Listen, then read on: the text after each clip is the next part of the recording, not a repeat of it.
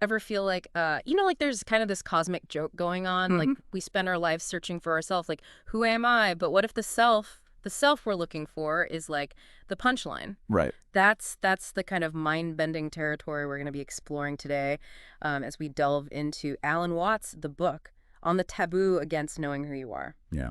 So joining us today is Oh, hi. an expert, someone who can unpack this for us. Well, I'm excited to be here. Yeah, Alan Watts, for those who don't know, was really a brilliant interpreter of Eastern philosophy. Yeah, he was. He had a way of kind of turning Western thought on its head, Yeah. And in this book, he tackles, like, this taboo. A taboo that's so ingrained, like, we hardly even recognize it. The taboo against truly knowing ourselves.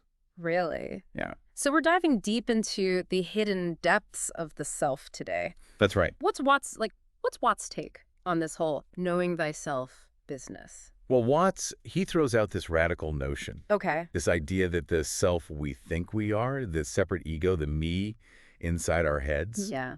it's a kind of hallucination. Oh, really? Yeah, a convincing illusion. Okay, hold on. So you're telling me that this, like, me feeling, Yeah. this sense of being a separate individual, Yeah. this is all in my head. Not exactly in your head, but Yeah. it's like it's more like a product of how we perceive and interact with the world. Okay. Imagine trying to grab like a handful of water, Oh, okay. right? You can splash it, you can feel it, Yeah. but can you solidify it? Right. Watts would argue that the ego is like that, always shifting, Huh. a process rather than like a thing. Okay, so it's like, I mean, that's a pretty wild thought, to be honest. Like, Yeah. so what if this ego thing, right? Mm-hmm. What if it is a bit of an illusion? Like, Right. why does it even matter? Well, because this illusion, it has profound consequences. Okay. It creates this sense of separation, Uh, like from the world, from each other, even from parts of ourselves. Yeah. And from that separation springs this desire to like control, Right. to dominate, to secure our own little corner of the universe. Right. Yeah. No, it's like we build these walls, both literally and figuratively, right? Yeah. Yeah. To kind of like shore up this illusion of separateness. Exactly. But I mean, haven't we made progress as a species by like trying to understand and control the world around us? Oh, of course. Of Yeah. course. We've achieved incredible things. Right. But Watts would argue that this drive for control, Okay. which is rooted in this illusion of separation, right? Yeah. Yeah. This is also at the root of many of our struggles. Yeah. Both individually and collectively as a species. Okay. Yeah. Yeah. I'm starting to see where you're going with this. Yeah. We'll be right back after a word from our sponsors. And when we return, we'll explore how Watts challenges us to reimagine this relationship. This relationship with ourselves and with the world around us. All right, so we're back. We've kind of established that this ego, this thing we cling to, right? Yeah. It might be a little more fluid than we tend to think. Right.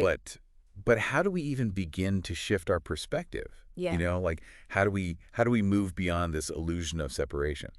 Well, Watts, he suggests something pretty radical. Okay. He says that instead of constantly like striving and controlling and analyzing, Yeah. we should try approaching life with a spirit of play. A spirit of play. So like ditch our responsibilities, Huh. turn life into a free-for-all. Not quite. It's more about It's more about a shift in attitude, Okay. Imagine like approaching challenges with curiosity rather than fear. You know what I mean? Yeah. Finding the humor in the unexpected, Okay. accepting that like we don't always have to have all the answers. Yeah. It's about embracing the unknown with this sense of lightness and wonder. Yeah, I can see how that could be liberating. Yeah. But how does this spirit of play translate into like real life situations? Yeah. Like take conflict, for example. Okay. Watts talks about how like, we often see ourselves as like separate from our enemies. Right. But isn't that distinction important though? Like when we're fighting for what's right? Absolutely, yeah. Recognizing injustice. That's essential. But Watts, he challenges us to go a little deeper. Okay. He uses this like, thought-provoking analogy. Yeah. The judge and the felon. Okay.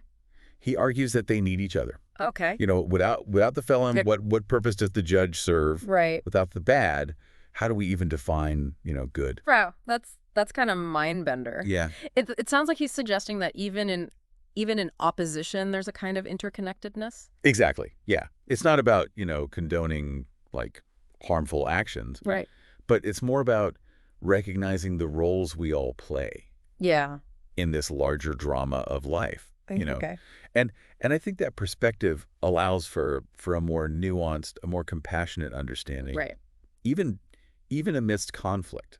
So it's about recognizing like the roles we play without getting completely lost in them. Yeah. But how do we begin to actually live with this like, Right. the spirit of play? Right. Right. It seems like such a departure from the way that most of us are just, Right. navigating the world. So this whole idea like approaching life as play, Right. it's intriguing. Yeah. But it still feels, I don't know, kind of abstract. Like Right. how do we bridge that gap Right. between the concept and the, like lived experience? Well, Watts was really deeply influenced by Eastern philosophies. Right, yeah. Particularly, Zen Buddhism, Okay. which emphasizes presence, mindfulness. It's about paying attention to the present moment, Yeah. without judgment, Okay. instead of like dwelling on the past Yeah. or worrying about the future. So it's about like quieting that inner monologue, the Yeah. one that's, always analyzing and judging and Exactly. Yeah. Yeah. just being present with what is. Precisely. Yeah. And in that space of presence, right? Yeah. We might find that the boundaries that that we've kind of erected Yeah. around this idea of self, Right. they begin to dissolve a little bit, Okay. and we start to experience like this more expansive sense of being Yeah. interconnected with everything around us. Okay. So yeah, that's a pretty profound shift. Yeah. But if we take this idea of interconnectedness, right, to Yeah. its like logical conclusion, Right. doesn't it kind of lead to this sense that we're all just like drops in the cosmic ocean Right. with no real like individuality? It's a common concern. Yeah. But Watts wouldn't say that our individuality is meaningless. Okay. Instead, he uses this kind of intriguing term Okay. IT. IT. Yeah, to describe the like fundamental reality that underpins like everything. Okay. IT. So what is IT? What is IT when it's at home? Think of IT as like the canvas Okay. upon which the entire universe, is painted. Right. It's the source. It's Yeah. the energy. Yeah. The consciousness. That expresses itself as everything we experience, Right. including ourselves. So we're all just like expressions of this IT. In a way, yeah. That's a pretty wild thought. So does that mean we don't have like free will? Are we all just like puppets dancing on cosmic strings here? That's an interesting way to put it. But Watts wouldn't. I don't think he would frame it as a loss of freedom, Okay. but rather like a deeper understanding of it. Right. Our individual choices, right? Our actions. They're still very real. Okay. But they're part of like Yeah. this much larger. This much larger unfolding. It's like Yeah. it's like each of us is a unique wave on the ocean. Right. We have our own shape, our own movement. Yeah. But we're all ultimately part of like the same vast body of water. Okay. Yeah. Yeah, that's starting to make a little more sense to me. Right. But if we're all part of this interconnected IT, right? Yeah. Yeah. What's the point of like even striving for anything? What happens to ambition, the desire to make a difference in the world?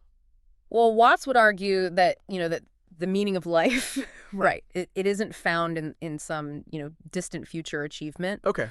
but it's in the experience of being itself. Okay. It's about showing up fully in each moment, Okay. embracing the totality of life, Yeah. with all its joys and sorrows. Triumphs and failures. So it's about like, finding the fulfillment in the journey, Yes. not just chasing some distant destination. Exactly. And when we release like the the need to control the outcomes, right? Yeah. That's when we free ourselves to engage with the world in a more authentic way, Right. in a more joyful way. Okay. Yeah.